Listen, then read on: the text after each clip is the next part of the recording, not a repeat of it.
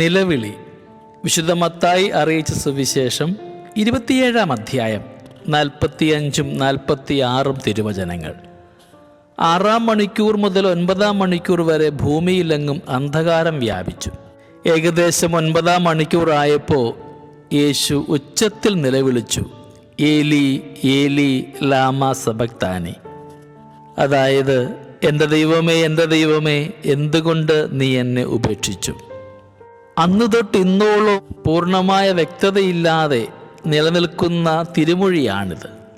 ആ നിലവിളിക്ക് നേർക്കുനേർ കാതോർത്തവർ പോലും അവൻ ഏലിയായെ വിളിക്കുന്നു എന്നാണ് പറഞ്ഞത്. ഏലിയ വന്നിട്ട് അവനെ രക്ഷിക്കട്ടെ എന്ന് അഹന്ത പറയുകയും ചെയ്തു. ദൈവം പോലും കൈവിട്ടാൽ ഭക്തന് പിന്നെ എന്തുണ്ട് ബാക്കി എന്നതുപോലെ. ഇരുട്ട് പുതിയ നിയമത്തിൽ എന്തൊരു ഭയപ്പെടുത്തുന്ന വാക്കാണ്.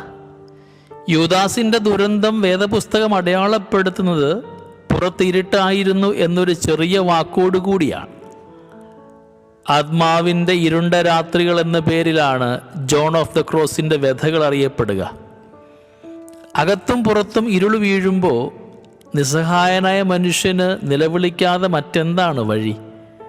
പത്രോസിൻ്റെ സുവിശേഷം എന്ന പുരാതന ഗ്രന്ഥത്തിൽ ഈശോയുടെ മരണത്തെ ഇങ്ങനെയാണ് വരച്ചിട്ടിരിക്കുന്നത്: നട്ടുച്ചയായപ്പോൾ, എന്നിട്ടും യഹൂദദേശം മുഴുവനും ഇരുട്ടു വീണു.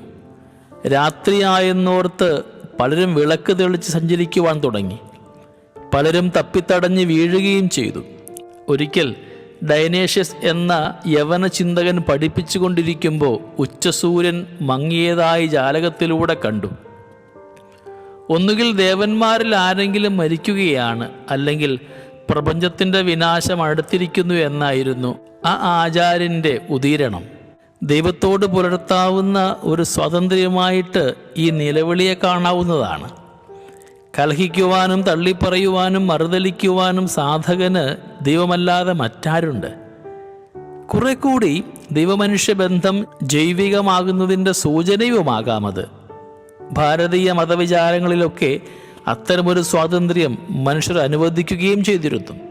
എന്തുകൊണ്ടായിരിക്കാം ഈ നിലവിളി എന്ന് അന്വേഷിക്കുമ്പോൾ കുറച്ച് യുക്തിപൂർവമായി അനുഭവപ്പെടുന്ന വിശദീകരണം ഇതാണ്: യേശു പാപമൊഴികെ എല്ലാ കാര്യങ്ങളിലും നമുക്ക് സമനായിരുന്നു. എന്നാൽ അതിൽ കാര്യമില്ല. നമ്മുടെ പ്രധാന മൂലകം തിന്മയിലേക്കുള്ള ചായ്വും ആഭിമുഖ്യവുമൊക്കെയാണ്.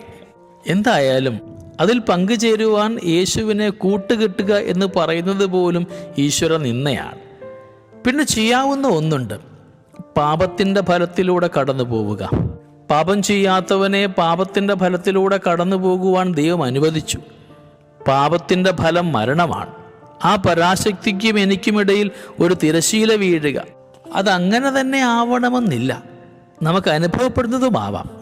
അകക്കണ്ണിൽ അടിമുടി തകർക്കുന്ന ഒരു അനുഭവം നേരിട്ട് കണ്ടതുകൊണ്ടാവാം ഈ പാനപാത്രം എടുത്തു മാറ്റണമേ എന്ന് രക്തം വിയർത്തുകൊണ്ട് അവൻ പ്രാർത്ഥിച്ചത്.